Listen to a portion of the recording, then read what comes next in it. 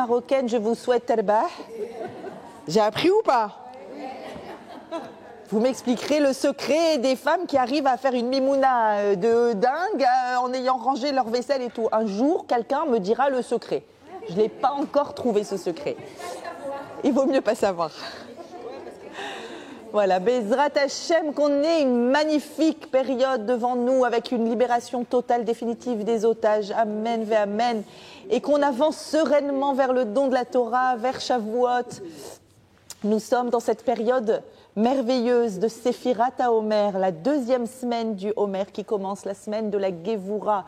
Et ça va être au cœur de notre réflexion aujourd'hui, la Gévoura. Vous avez vu le titre du cours, qui est particulier, la religion est-elle dangereuse? Nous allons parler des fils de Aaron, Nadav et Avihu. Et on va découvrir, on va apprendre aujourd'hui que dans tous les domaines de la vie, nous avons besoin de respecter des règles strictes. Et encore plus quand il s'agit de la religion et du service de Dieu, il faut réussir à se fixer des règles, à circonscrire ce que nous faisons dans une limite bien précise et bien claire. C'est ce que nous allons voir ensemble. Et pour bien comprendre l'importance de la règle, l'importance du cadre, eh bien, quoi de mieux que de démarrer par une réflexion sur cette semaine qui est la semaine de la Gvoura. À mon sens, mes chers amis, la Gvoura, je vais tout de suite expliquer évidemment. À mon sens, ce thème-là, le thème de la Gvoura, j'explique, est le plus important de tous les thèmes que nous devons explorer durant la période de Séphirat HaOmer. Séphirat HaOmer. Le conte du Homer qui sépare Pessah de Shavuot est une période c'est une période durant laquelle on va s'affiner, on va travailler sur nos émotions. C'est une période, les 7 semaines qui séparent Pessah de Shavuot, c'est une période durant laquelle on va scanneriser avec beaucoup de perspicacité, un vrai travail quand on le fait bien. On va scanneriser le monde émotionnel qui est le nôtre, qui nous fait agir. Et nos sages ont divisé les émotions qui nous habitent, il y en a beaucoup, en 6 grands thèmes. D'accord ? La 7e semaine étant la semaine de la Malchout, elle est un peu à part. Disons qu'il y a 6 grands thèmes émotionnels que nous devons explorer pour réussir à être au clair avec les mouvements intérieurs qui nous animent. Et il y a donc les 3 premières semaines, les 3 semaines suivantes, elles sont un peu symétriques, d'accord ? Et il y a toujours la droite, la gauche, et la 3e semaine, c'est la voie du milieu. Puis de nouveau, la droite, la gauche et la voie du milieu. Vous êtes avec moi ? Très bien. Semaine numéro 1, semaine du chesed. Le chesed, c'est la diffusion. D'accord ? C'est l'élargissement de soi-même. C'est quand on va au-delà de ses propres limites. Je vais aller faire un acte de générosité au-delà de ce que je pensais être capable de moi. Donc je vais en avant. C'est un mouvement en avant. La semaine numéro 2 dans laquelle nous sommes, Gvoura, c'est la capacité à mettre de la rigueur et de la mesure. La semaine de la Gvoura va concentrer nos efforts et orienter notre amour dans la bonne direction. C'est la capacité à mettre un cadre, une discipline. La 3e semaine, c'est la juste mesure entre la première et la 2e. D'accord ? Et ce schéma va revenir une 2e fois dans les 3 semaines suivantes. OK ? Il me semble que l'importance de travailler sur la mida de gauche, la Gvoura, la discipline, la rigueur, la mesure, et infiniment plus importante que de travailler sur le chesed. Et on travaille évidemment sur le chesed. Notre peuple est un peuple qui fait beaucoup de chesed, très généreux. Il y a une vraie volonté d'être présent et d'aider, et on se dépasse. Et est-ce qu'on ne l'a pas fait là pendant les 7 jours de Pessah? Est-ce qu'on ne s'est pas tout dépassé? Est-ce qu'on n'a pas ouvert nos tables? Est-ce qu'on n'a pas été extrêmement généreux? Bien sûr. En général, la difficulté se situe dans la Gvoura. Et cette semaine, c'est d'autant plus une semaine de Gvoura que cette semaine, il va y avoir Yom HaShoah. Yom HaShoah veha Gvoura, c'est son nom. Être Gibor, c'est être un héros. Et on va expliquer pourquoi la Gvoura et l'héroïsme sont liés. Et on va rencontrer cette semaine dans la paracha la première Shoah du peuple juif, la mort de Tzadikim pur. C'est la mort tragique des fils de Aaron. Et la réaction de Aaron, qui est entièrement Gvoura, Vaïdom, il s'est tué. On va découvrir que des fois la Gvoura, c'est savoir se taire, et des fois la Gvoura, c'est savoir réagir. Réagir comme il faut et là où il faut. Et on va donc aller à la découverte de cette mida fabuleuse qu'est la Gvoura. Durant cette période du Homer, vous le savez, le début de cette période, les 33 premiers jours, nous sommes aussi en deuil. Pas de mariage, pas de musique, c'est le plus difficile. C'est la période de deuil la plus longue du calendrier juif. On connaît la période de deuil des 9 jours, et c'est lié à la destruction du Beth Amikdash, et c'est évident qu'on est en deuil, mais il y a toujours quelque chose d'étrange dans la période de deuil juste après Pessah. On est hyper heureux que la mer se soit ouverte, on est hyper heureux d'être sorti d'Égypte, on avance vers Shavuot et vers le don de la Torah. C'est une période de fête, c'est une période de joie dans laquelle on est, c'est le printemps et la nature est en explosion. Et pourtant, nous devons nous limiter, nous devons nous restreindre. Pourquoi? Vous le savez toutes. Parce qu'il y a quelques 2000 ans, c'est vieux, 24 000 élèves de Rabbi Akiva, ou plus exactement 12 000 pères d'élèves de Rabbi Akiva, sont morts d'une épidémie. Grande question autour de l'épidémie. Est-ce que c'était une épidémie ou d'après d'autres avis, c'était peut-être les soldats de Bar Korva, de la fameuse révolte de Bar Korva, quand il a voulu se révolter contre les Romains. En tout cas, c'était il y a 2000 ans. Effectivement, 24 000 Talmidei Chachamim qui meurent, c'est effectivement tragique. Et d'année en année, on est stupéfait par cette période de deuil, dans une période qui est vraiment pas censée être une période de deuil, la période du Homer. Et on s'interroge sur ce qui a bien pu se passer. Et le Talmud est particulièrement peu loquace sur la raison. La seule chose qui est dite, c'est Al shelo nahagu kavod ze lazé, qu'ils ne pratiquaient pas le kavod, le respect, les uns envers les autres. Et on est encore plus stupéfait par cette réponse du Talmud. Pourquoi? Et gardez bien en tête le mot kavod qui va beaucoup revenir dans notre paracha, c'est au cœur de notre réflexion, le mot kavod. On est d'autant plus stupéfait. Pourquoi? Parce que Rabbi Akiva, le grand maître de la Torah orale, s'il y a bien une phrase qui définit qui est Rabbi Akiva, Amar Rabbi Akiva, Amar Rabbi Akiva, qu'est-ce qu'il a dit Rabbi Akiva? S'il y a une phrase de Rabbi Akiva, Ve'ahavta lereacha kamocha, tu dois aimer ton prochain comme toi-même. Zeklal gadol batorah.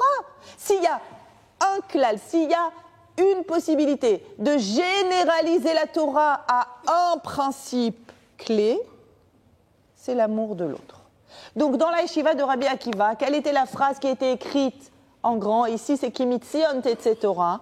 On nous invite à retourner à Tzion, amen. Et dans la yeshiva de Rabbi Akiva, qu'est-ce qu'il y avait écrit? Ve'ahavta lereacha kamocha.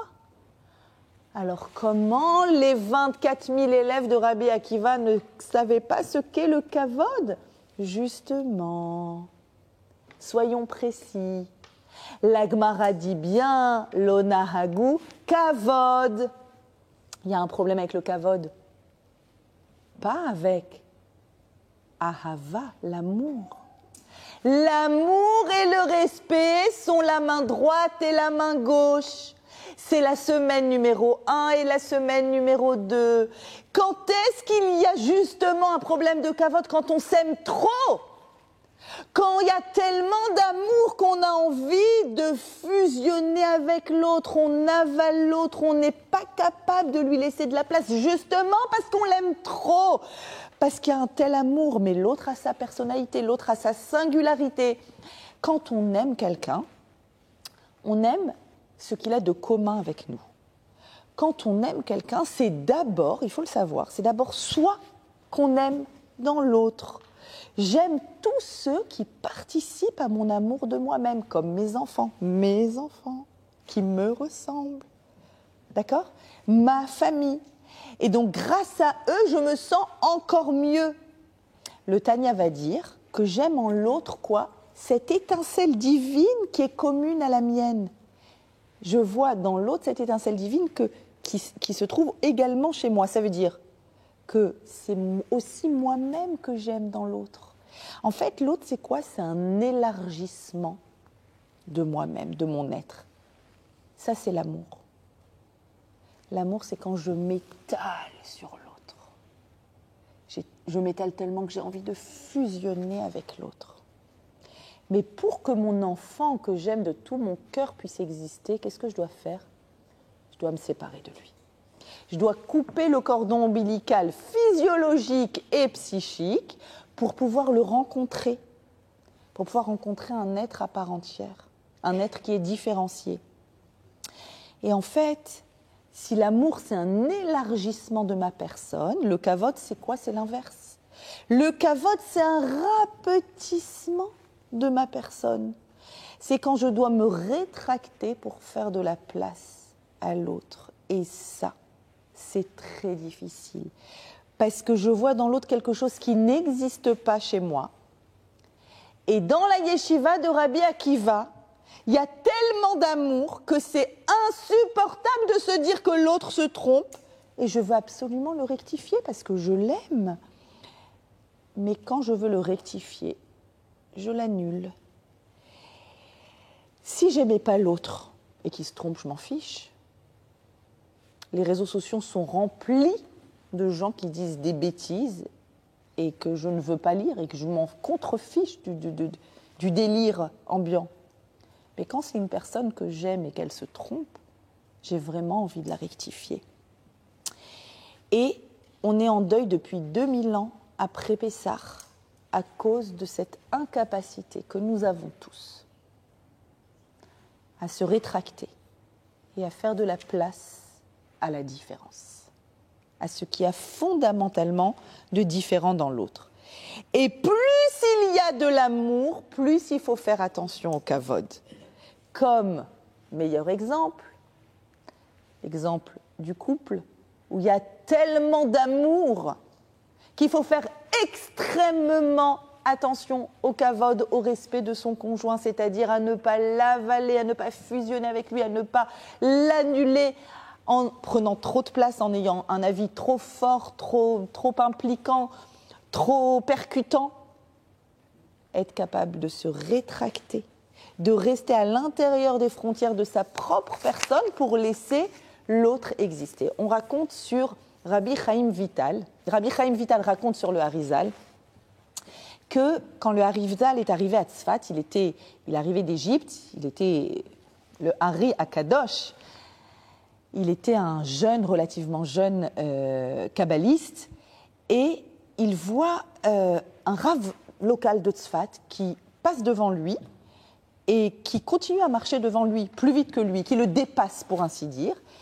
Et le Hari le laisse et il parle à son élève et il dit à son élève: c'est pas un manque de respect ce qu'il vient de faire. Sache qu'il est plus âgé que moi, que c'est un grand Talmid Chacham et ça doit être très difficile pour lui de voir un petit jeune qui arrive d'Égypte et qui prend la place du grand rabbin de Tzfat.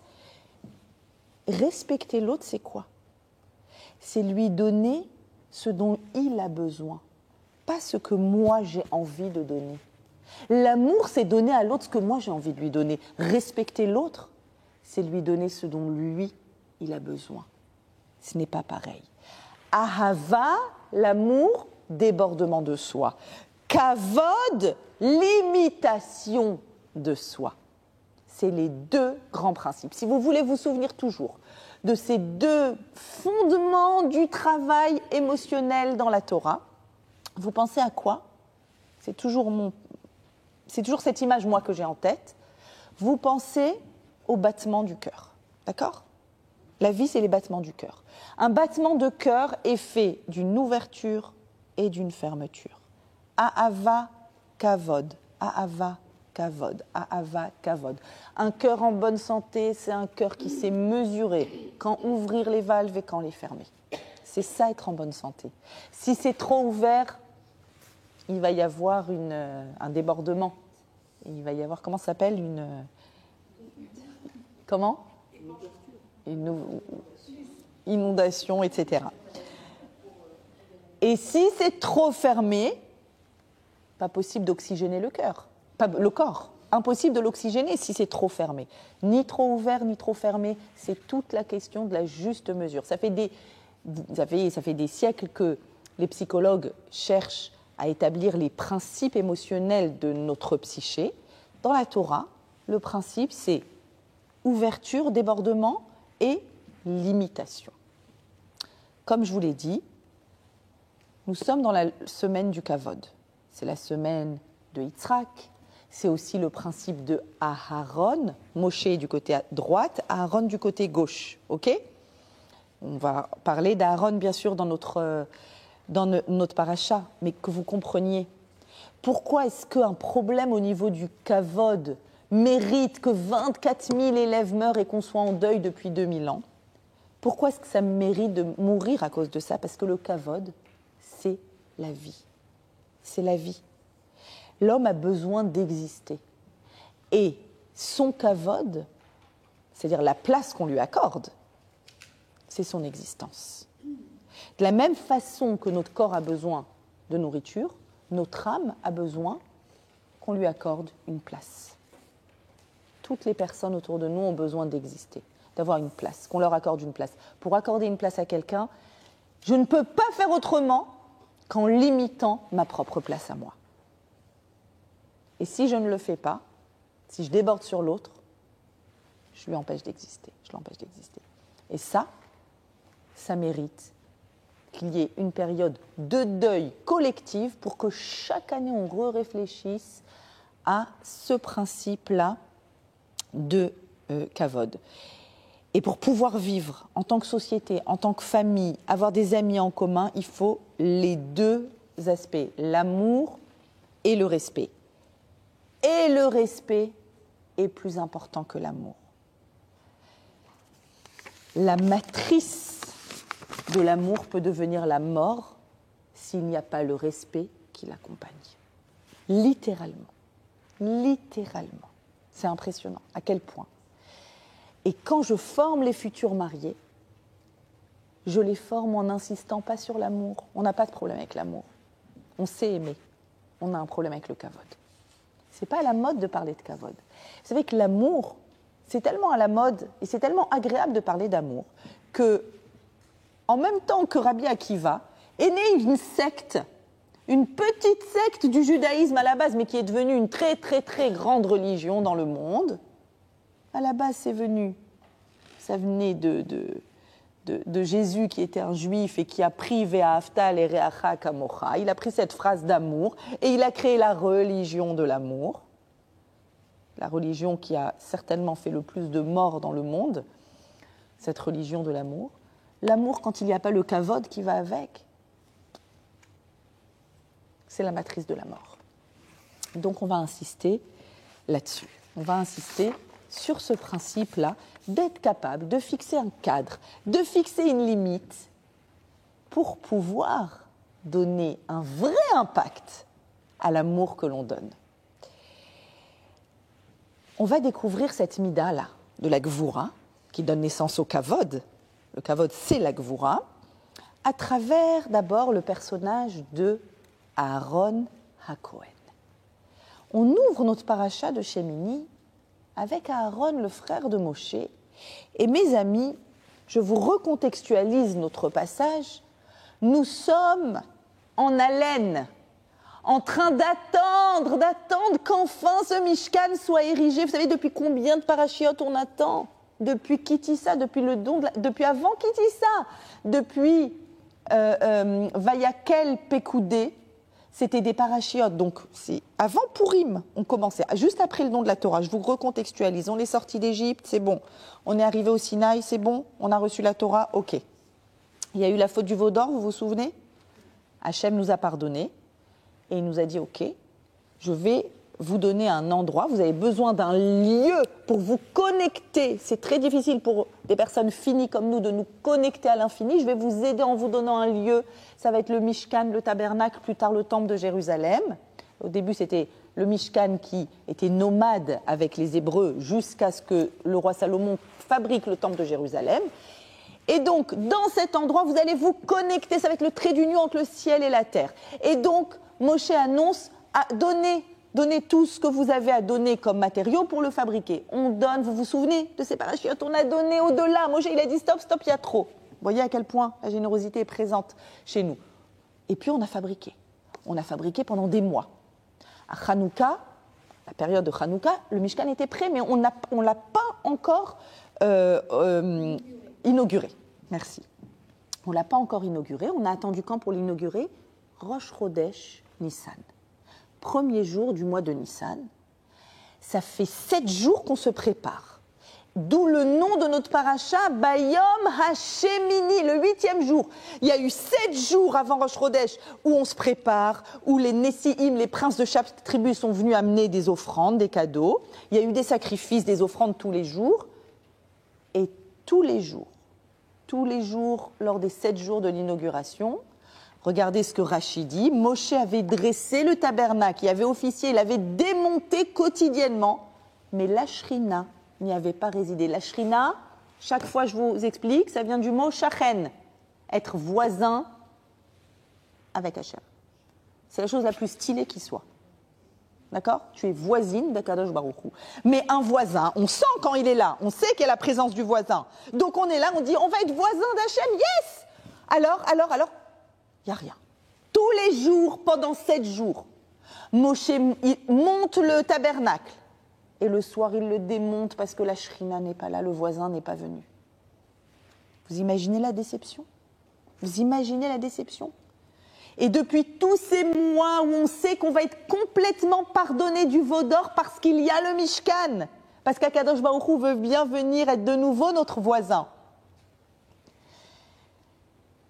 Et Israël était humilié et a dit à Moshe, Moshe notre maître, nous nous sommes donné tant de mal pour que la Shrina réside parmi nous et pour que nous sachions que la faute du veau d'or nous a été pardonnée. Et pour en arriver là, alors Moshe leur a répondu, ceci est la chose qu'a ordonné Hachem, accomplissez-la et vous verrez. Le kavod d'Hachem, rappelez-vous le mot kavod, le kavod d'Hachem va vous apparaître. Sous-entendu, faites ce qu'Hachem a dit de faire. Il nous a donné des ordres, faites-les et vous allez voir ce qui va se passer. Et Moshe, ça il dit au Béné Israël. Et qu'est-ce qu'il se dit à lui? Il est déçu lui aussi que la Shrina n'est toujours pas là. Il se dit, mon frère Aaron est plus digne et plus considéré que moi. Car c'est grâce à ses offrandes et à son service que la Shrina résidera parmi vous et que vous saurez qu'Hachem vous a choisi. Donc il dit au Béné Israël, on fait ce qu'on a à faire. Pour l'instant, c'est moi qui suis venu faire les offrandes. Quand ça sera Aaron, je suis certain que ça marchera. Arrive notre paracha Bayom HaShemini, le 8e jour. Et ce jour-là, Moshe dit à Aaron, Krav el ha-mizbeach, viens, approche du mizbeach. Aset ratatra, amène les offrandes. 3 sortes d'offrandes il va amener. Et comme l'a prescrit Hachem, tu obtiendras le pardon pour le peuple. Rashi, Krav el ha-mizbeach, approche-toi, viens, car Aaron avait honte et il avait peur de s'avancer. Il était boche, il avait de la bouche. Moshe lui dit, pourquoi as-tu honte? Il lui répond et il lui dit « Tu peux y aller ». Donc vous voyez la scène, Aaron hésite, on est le 8e jour, ça fait 7 jours que rien ne se passe, que tout le peuple attend enfin la Shrina. Aaron a du mal à y aller, Moshe lui dit « Pourquoi as-tu honte ?»« Lechach nifrarta » Tu as été choisi pour ça, qu'on peut comprendre de deux façons. Tu as été choisi pour faire le service dans le temple, ou bien tu as été choisi parce que tu as de la boucha. Parce que toi, Aaron, tu représentes ce côté gauche, la limitation. Toi, tu n'es pas dans un débordement. Tu es toujours à ta place, toujours capable de rester à ta place. Rappelez-vous, quand Moshe a été choisi pour faire sortir les Béné Israël d'Égypte, Aaron est resté à sa place. Il n'a aucunement posé la question « Mais moi, je suis l'aîné, mais moi, je suis le rave. » Mais lui, au contraire, il était à l'étranger. Aaron est celui qui sait rester à sa place. Lechach nifrarta. Tu as été choisi parce que justement, tu comprends tellement bien c'est quoi le principe de limite, de frontières et de cadres et de règles, de discipline. C'est pour ça que tu as été choisi. Et pourtant, Aaron, le 8e jour et tout le début, le premier chapitre de Shemini, qu'est-ce qu'on voit pendant 22 versets? On voit Aaron amener la première offrande, puis la deuxième offrande, et je vous passe les détails. Qu'est-ce qu'il fait avec la graisse, et qu'est-ce qu'il fait avec les entrailles, et qu'est-ce qu'il fait avec la tête? C'est une boucherie. Il est en train d'amener des offrandes dans le Beth Amikdash. 3 types d'offrandes différentes, les unes après les autres, exactement selon la règle. On est bon pour la Gvoura, n'est-ce pas? Et que se passe-t-il?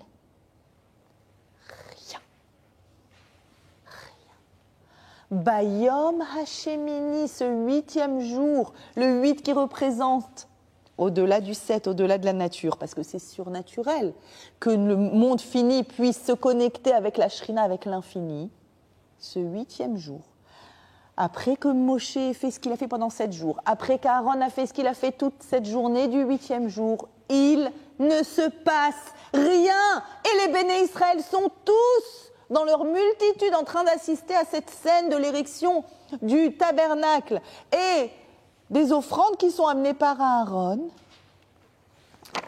Et il ne se passe rien.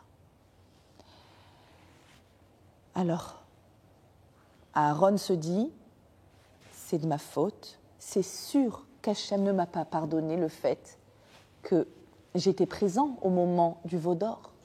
Moshe, lui, se dit, c'est ma faute, il ne s'est rien passé pendant 7 jours. Aaron, ça va marcher. Aaron se dit, c'est ma faute, je n'ai pas été pardonné. Les deux se sentent insuffisants. Et se passe quelque chose d'extraordinaire, verset 23. Vayavo Moshe ve'Aaron, au singulier, est venu, au singulier, qui? Moshe et Aaron, ils décident d'y aller ensemble. Moshe tout seul, ça n'a pas fonctionné. Aaron tout seul, ça n'a pas fonctionné. Et ils sont tellement différents. Moshe est représenté par le côté droit du chesed, de l'élargissement, de l'épanchement. Vous savez de quoi je parle maintenant. Aaron est représenté par le côté gauche de la limitation et du cadre et de la rigueur. Ils décident d'y aller tous les deux. Elohel Moed, verset 30. Vayetsu, ils sont sortis. Vayevachu et Ha'am, ils ont béni le peuple.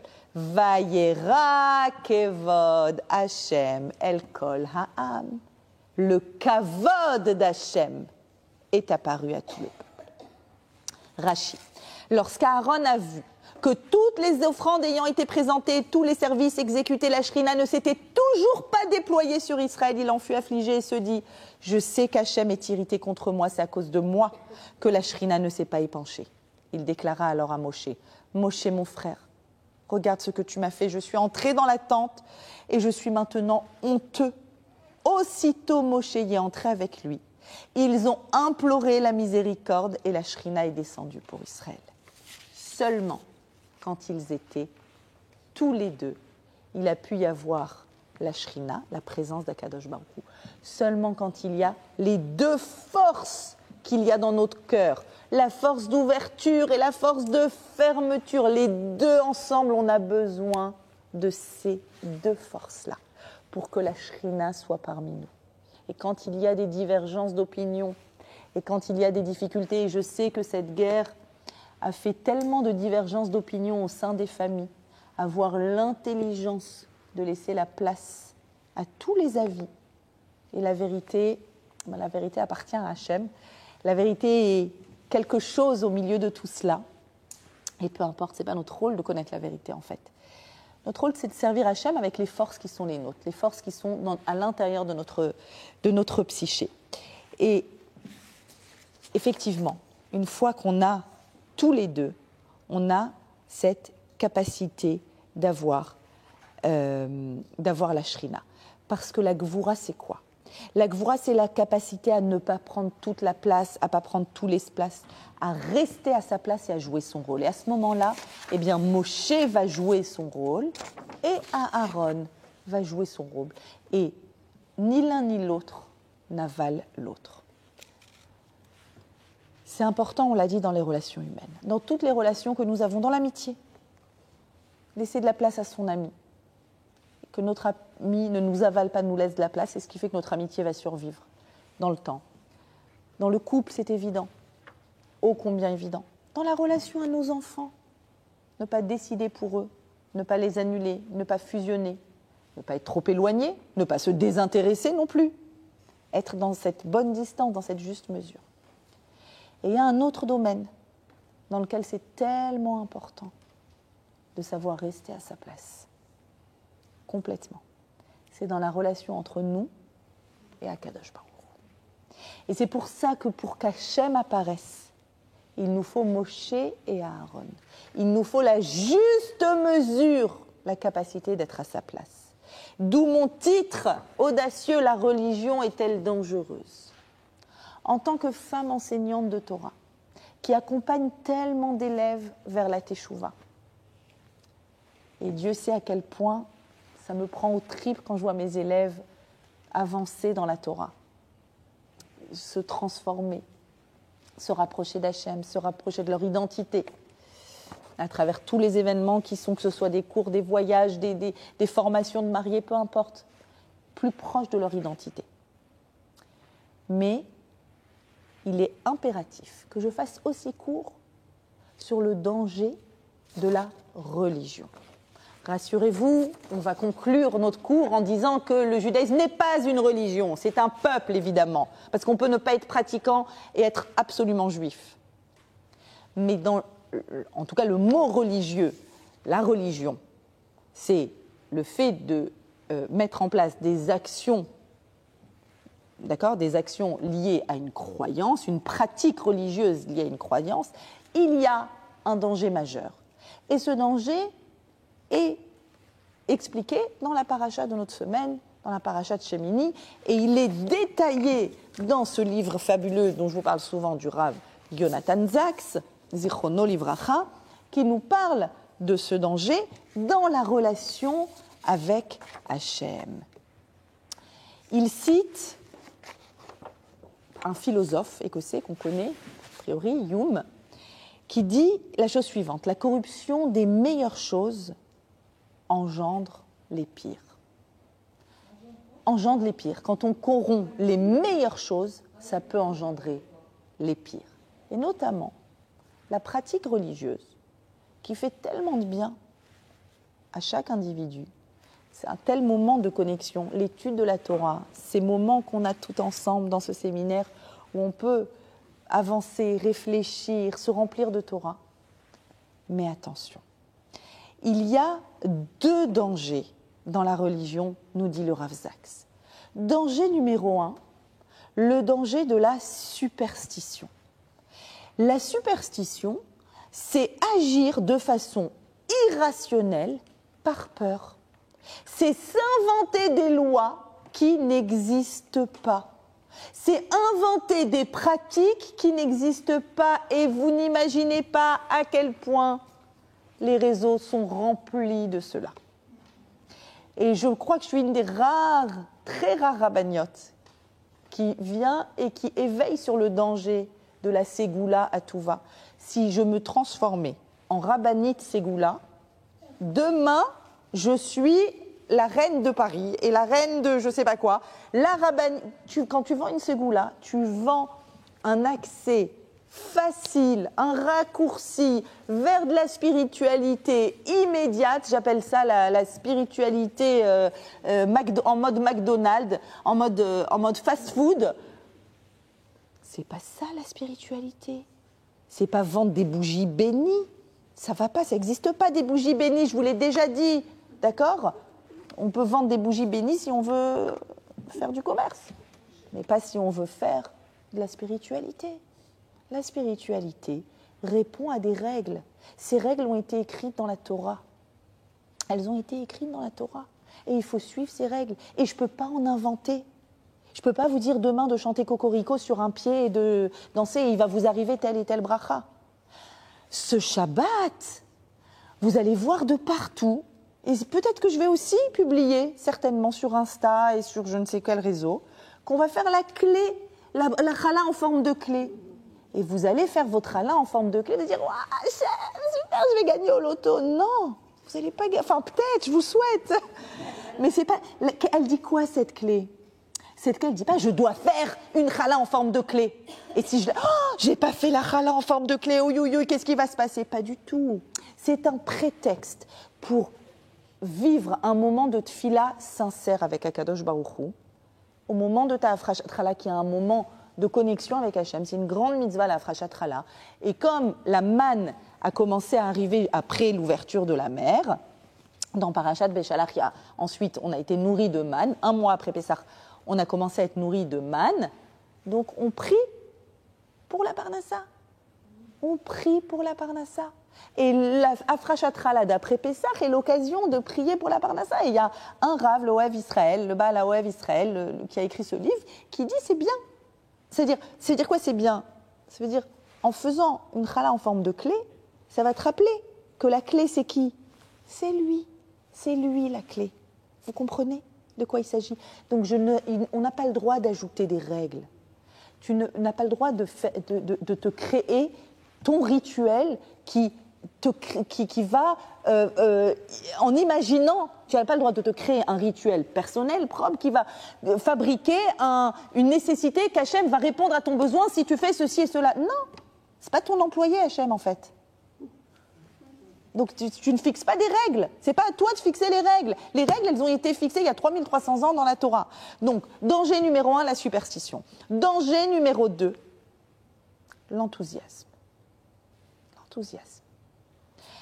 Rav Zaks explique que le mot enthousiasme aujourd'hui est très positif. L'enthousiasme, c'est faire les choses avec entrain, avec charisme, avec désir, avec motivation. Mais dans les siècles précédents, l'enthousiasme, c'était être habité par un diable.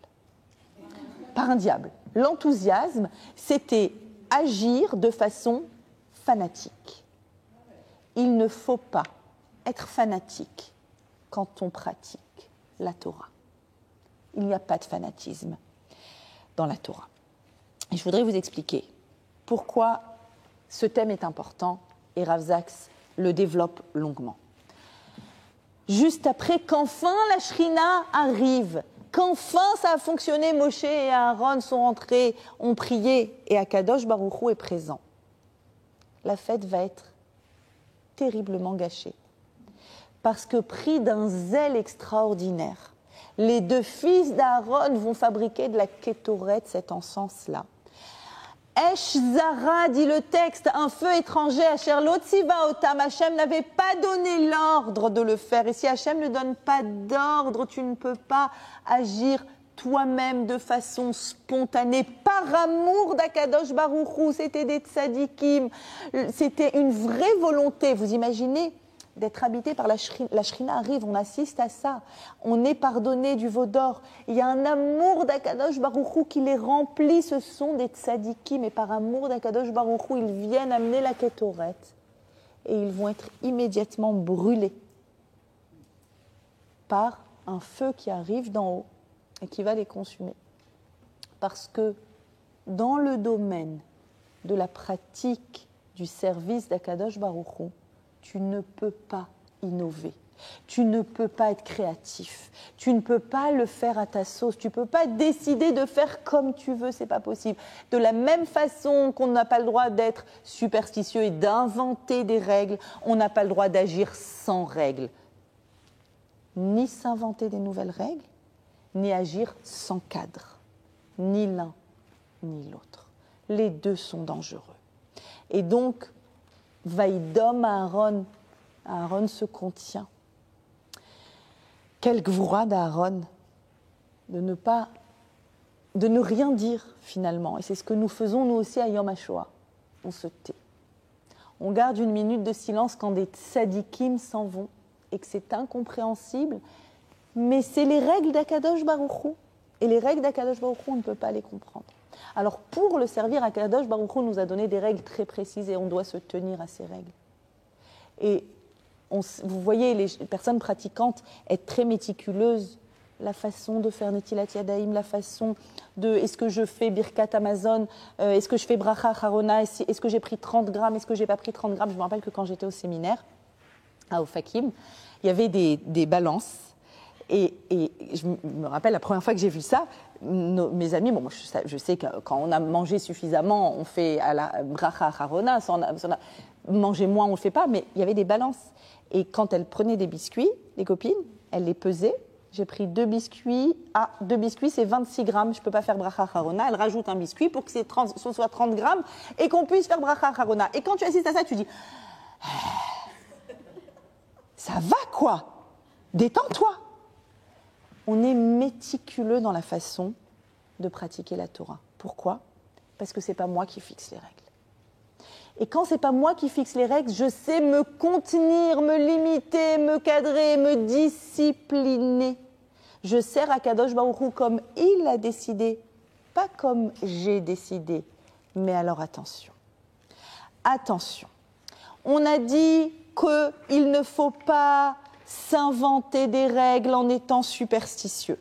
D'accord? On a parlé de ça. Pour nourrir notre besoin d'irrationalité. Vous savez qu'on a tous un besoin d'irrationalité. Pourquoi ça marche tellement, les sgoulottes? Pourquoi ça fait fureur, les sgoulottes? Parce que l'esprit humain a besoin d'une dose d'irrationalité. Les horoscopes, c'est-à-dire on a tous besoin de dire qu'il y a quelque chose qui nous transcende, qui nous dépasse, qu'on ne peut pas comprendre. Et si je fais quelque chose qui me transcende, qui me dépasse, alors je rentre dans cette fameuse 8e dimension, la dimension irrationnelle. Et ça me nourrit. Ça nourrit ma part de spiritualité. On a besoin de ça. Alors pour nourrir ça, qu'a fait la Torah? Quelque chose de génial, qui est présent dans notre parachat de Shemini. Elle nous a donné des règles irrationnelles. Les règles de la cacheroute. Pourquoi je ne peux pas manger les fruits de mer? Pourquoi je ne peux pas manger le cochon? Pourquoi le lapin est interdit? Comme ça. Pourquoi les sabots fendus? Pourquoi les écailles et les nageoires? Comme ça. Pourquoi? Comme ça. Irrationnel. Tu veux de l'irrationnel? Tu as de l'irrationnel. Nourris-toi de cette irrationalité. Mais pas d'une irrationalité inventée. Ça, c'est pas possible. Quels sont les autres dangers dans la religion? J'ai voulu vous faire un petit récap, non exhaustif, mais qui me semble important. Ne pas nourrir une soumission insensée. Akadosh Baruch Hu nous a donné un cerveau. Ce cerveau est intelligent. Il peut comprendre les subtilités. Nous sommes soumis à Akadosh Baruch Hu. Nous sommes soumis à sa Torah. Nous ne sommes pas soumis à ceux qui sont soumis à Akadosh Baruch Hu. Nous sommes soumis que à Akadosh Baruch Hu. Si une personne vient et veut te soumettre et fixer ses propres règles, il n'a aucun droit de te soumettre. Ne pas avoir et vivre une soumission qui est insensée, toujours garder votre cerveau, un cerveau lucide, poser des questions, étudier, demander au Rav, demander des conseils, évidemment. Pas être soumis. La soumission, c'est les sectes qui soumettent. Ok? Un autre danger. Se croire supérieur parce que plus pratiquant. Et avoir un petit air condescendant. Moi, j'ai découvert la vérité, je suis devenue relige, je sais la vérité, et donc je suis supérieur à toi, et je te regarde de haut, et je te juge. C'est un danger. Attention à garder une humilité. C'est quoi la gvoura? La gvoura, c'est rester à sa place, dans les limites de sa personne. Ne déborde pas. Ne déborde pas avec ta sagesse sur les autres, ne déborde pas avec ta moralité sur les autres. Chacun est responsable de sa propre spiritualité. J'enseigne la Torah, je la mets à disposition. Chacun et chacune en fait ce qu'il veut. Je ne dois pas prendre d'air de supériorité. Je ne dois pas non plus manquer de respect à mes parents. Si mes parents sont moins pratiquants que moi, et que moi j'ai la chance maintenant d'avoir une cuisine cachère, attention à bien garder le respect. Oui, tu continues de manger cachère. Oui, tu n'imposes pas ta cacheroute chez les autres, sauf s'ils sont d'accord et qu'ils le font à bras ouverts, mais de toujours garder le respect de l'autre. Le respect de la Torah ne doit pas annuler le respect de l'autre. Nous sommes dans la période du Homer. Lo nahagu kavod. Gardez le kavod. Qu'est-ce qui est arrivé dans le Mishkan? Le kavod d'Hachem. Il y a un tel kavod d'Hachem que je reste à ma place dans ma relation avec Hachem. Je reste à ma place dans ma relation avec l'autre. J'avale pas les autres. D'accord ? Et la Torah ne doit jamais nous éloigner les uns des autres. Gardez bien en tête cela, que ce n'est pas possible que la Torah m'éloigne de l'autre. Elle doit me rapprocher, elle doit nous rapprocher les uns des autres. Donc, de vraiment garder, être capable de garder cette bonne et cette juste distance. Nadav et Avihu ont été pris d'un zèle extraordinaire. Ils ont voulu se lier à Kadosh Baruch Hu, mais ils n'ont pas respecté les règles, ils l'ont fait de façon spontanée, c'est ce qu'on entend dans leur nom. Nadav, c'est quoi Nadav? Nadav, c'est un don spontané. Les hit Nadev, c'est se donner à l'autre pleinement. Avihu, Hachem c'est mon père. Mais Hachem c'est ton père, mais c'est aussi ton roi. En tant que père, un papa est toujours d'accord d'avoir un câlin de son enfant spontané, mais un roi, c'est aussi un roi. Attention, c'est pas que un père. Et un roi, ça exige des règles. Et donc, être capable de maintenir ces règles, ces frontières. Tous les matins, on dit dans le Birkot HaShachar, Ozer Israël Bigvura. On parle de Gvura. C'est quoi Ozer Israël Bigvura? On dit qu'il faut dire ça quand on met sa ceinture. Pourquoi? Parce que chaque partie de notre corps doit rester à sa place. Il y a la partie basse qui doit être à sa place, qui ne doit pas prendre les rênes, qui ne doit pas commander. Et il y a la partie haute. La Gvura, c'est savoir fonctionner avec la partie haute, qui est la partie intellectuelle et émotionnelle, pas avec la partie basse. Et c'est ça être un gibor, c'est ça être héroïque. Être héroïque, c'est savoir être à sa place. Savoir être à sa place quand il y a la mort de Nadav et Avihu nous donne comme enseignement à Aaron, c'est Vaïdom. Yom HaZikaron, le jour où on va dire Zachor, on va dire rappelle-toi de ce que tu as fait à Malek, Hitler Immar Shemo. Yom HaShoah veHagvura, cette semaine, jeudi, c'est le jour où on va laisser de la place à ce Zachor, à ce souvenir. Sur quoi aussi on dit Zachor? Zachor et Yom HaShabbat les Katsho. Rappelle-toi du jour du Shabbat, c'est-à-dire fais une place pour Shabbat. C'est quoi faire une place pour Shabbat? C'est arrêter de produire. C'est s'arrêter. C'est être un gibor de fermer son magasin Shabbat. C'est être un gibor. J'ai lu, la journaliste Sivan Rav Meir a publié cette semaine quelque chose d'extraordinaire. Il y a la yeshiva de Modi'in qui est partie à Houston, aux États-Unis, pour participer à un concours mondial, international de robotique. C'est des génies en robotique.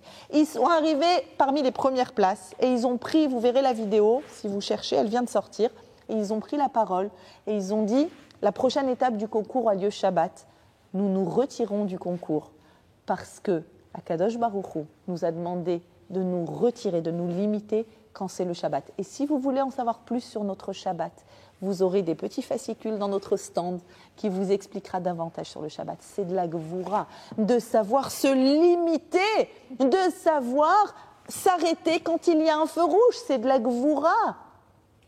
bravo. Bravo à toutes les personnes qui réussissent à mettre la place pour ce qui est pour la Gvoura de Aaron qui a su se taire. Pour toutes les personnes qui ont vécu cette dernière année et demie, qui ont eu un tel héroïsme de dire je ne comprends pas. La Gvoura du juif, c'est quand il ne comprend pas ce qu'Akadosh Baruch Hu a décidé dans ses règles de faire, alors on reste à notre place d'humain. Moi je suis fini, il est infini, je ne comprends pas. C'est de la Gvoura de dire je ne comprends pas et je continue. Et je continue à avancer parce qu'on ne comprend pas réellement. Et il y a une autre Gvoura. Il y a une autre expression, une autre manifestation de la Gvoura. La Gvoura d'Aaron, c'est de rester à sa place et de se taire. Et la Gvoura de ceux qui sont amenés dans les chambres à gaz, quelle est-elle? Je voudrais vous lire un tout petit passage très important, puisque Yom HaShoah s'appelle Yom HaShoah ve'hagvura, l'héroïsme de ce peuple qui est allé avec force face à leurs bourreaux vers la mort, pas comme des moutons, pas comme des moutons. La manifestation de la Gvoura, quand il s'agit d'une décision humaine dans laquelle il y a zéro humanité, des bêtes humaines. Là, la Gvoura, c'est quoi? C'est de remettre à sa place la conscience humaine, de mettre les bourreaux nazis face à l'inexistence de leur conscience, de venir replacer la conscience humaine au cœur de la réalité. Et la Gvoura, à ce moment-là, ça a été non pas de se taire, mais de parler et d'agir et de se réapproprier la force d'être acteur de sa propre mort. Et maintenant, ce dont je voudrais vous parler, c'est de l'acte d'héroïsme, d'être capable de redevenir acteur et d'être capable de replacer la conscience humaine dans cet endroit où il y avait des bêtes inhumaines qui agissaient. Et pour Yom HaShoah ve'Hagvura, je voudrais vous lire un petit passage des Voix sous la cendre. Ce sont des manuscrits qui ont été retrouvés sous les chambres à gaz, qui ont été enterrés là-bas par 6 personnes, 6 juifs qui faisaient partie des Sonderkommando. Les Sonderkommando étaient les personnes qui débarrassaient les chambres à gaz des cadavres. Et ces personnes étaient exécutées très rapidement et changées. C'est les personnes qui étaient au cœur de l'abomination et de l'horreur la plus innommable et la plus impensable. Ils ont écrit, ils ont témoigné, ils ont caché leurs manuscrits qui ont été retrouvés.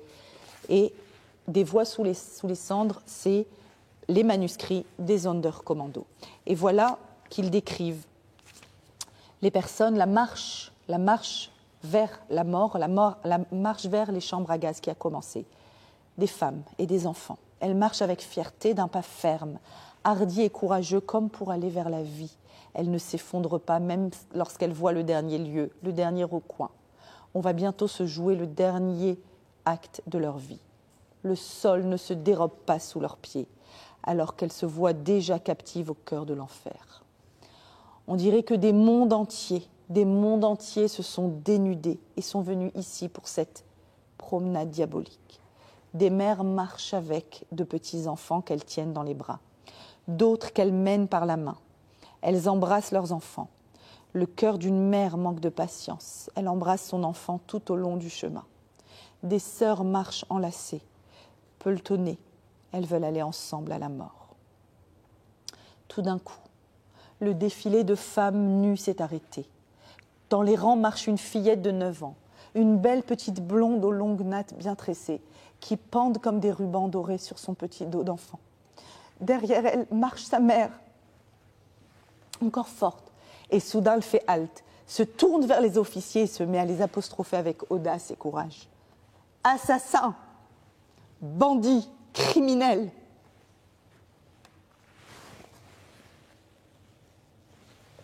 Oui, vous nous tuez aujourd'hui, nous, des femmes et des enfants innocents. C'est sur nous, désarmés, sans défense, que vous rejetez la faute de cette guerre, moi et mon enfant. Puis elle se tourne vers la femme SS. Toi, bête cruelle, bourreau des femmes, toi aussi tu es venu voir le spectacle de notre malheur, souviens-toi. Toi aussi tu as un enfant, une famille. Tu n'en jouiras pas longtemps. On te déchirera vive, toi et ton enfant, tout comme le mien. Il ne vivra pas plus longtemps. Souvenez-vous, bandits, vous payerez pour tout. Le monde entier réclamera vengeance. Puis elle leur a craché à la figure et a couru avec son enfant dans le bunker. Elle continue à défiler, des rangs et des rangs de jeunes femmes nues. Et de nouveau, la marche fait halte. Une jeune fille blonde superbe s'est arrêtée et elle aussi s'adresse aux bandits. Criminels de l'ombre, vous me dévorez de vos yeux assoiffés de bêtes avides, vous vous rassasiez de la nudité de mon corps. Oui, à présent c'est votre ère. Dans la vie civile, vous n'auriez même pas pu rêver d'un pareil spectacle. Vous criminels des bas-fonds, vous avez trouvé ici le repère pour assouvir la lubricité de votre œil sadique. Mais vous ne jouirez pas longtemps de ce plaisir, votre jeu arrive à sa fin. Vous ne pourrez pas exterminer tous les Juifs, vous payerez pour tout. Et tout d'un coup, elle fait un bond vers eux et assène 3 gifles à l'Oberscharführer, Voss, le chef, le commandant des crématoires. Les bâtons s'abattent sur sa tête et sur son dos. Elle est entrée dans le bunker, la tête fracassée, il en coule du sang chaud. Et ce sang chaud caresse tendrement son corps, son visage illuminé de joie. Elle est heureuse et satisfaite de sentir sur sa paume le brûlant plaisir de cette gifle assénée sur la face de ce célèbre tueur et bandit. Elle a atteint son dernier but, elle est allée sereine à la mort. Yom HaShoah ve'Hagvura. La Gvura, c'est être capable de remettre la conscience au centre de nos vies, là où il n'y a plus de conscience. Et dans le cas de Aaron à Cohen, la conscience, c'est de savoir qu'il fixe les règles. Et dans le cas de Yom HaShoah, la conscience, c'est de remettre notre conscience au cœur et de redevenir acteur. Be'ezrat Hashem, que l'on soit tous et toutes capables d'être des giborotes. Nous sommes, je le dis régulièrement, nous sommes les giborotes parce que nous sommes les enfants de la Shoah. Mon père était enfant caché. Et nous sommes les mamans du 7 octobre. Mon fils était à Gaza. Nous sommes cette génération de giborotes qui devons avoir la capacité de dire à Hachem, je ne sais pas, je ne comprends rien. Je continue à pratiquer ta Torah selon tes règles que tu as fixées. Je ne sais pas, je comprends rien, mais j'agis en défendant mon peuple. C'est ça. Toute la Gvoura sur un seul pied.